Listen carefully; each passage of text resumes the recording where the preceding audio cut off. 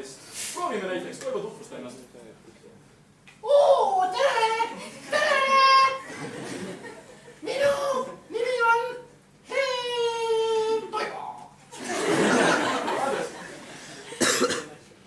Oi, ma ei tea, mis nüüd kohe selle peale öelda.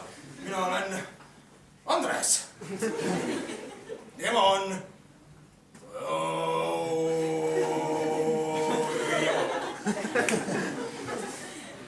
Mina tahaksin teile rääkida hoopis ilmateatest. Oodata on külma hiiri. Mitte täna.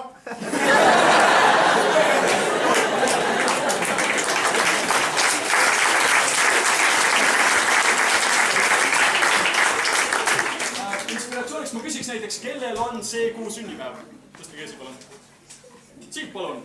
Mida te tahaksite sünnipäevaks saada? Kõige rohkem? See on raske küsimus, ma tean, aga kõige mingi lihtsam asi. Auto. Teie inspiratsiooniks on auto. 5, 4, 3, 2, 1, läks! Ilmselgelt ma tean, mis teil siin häda.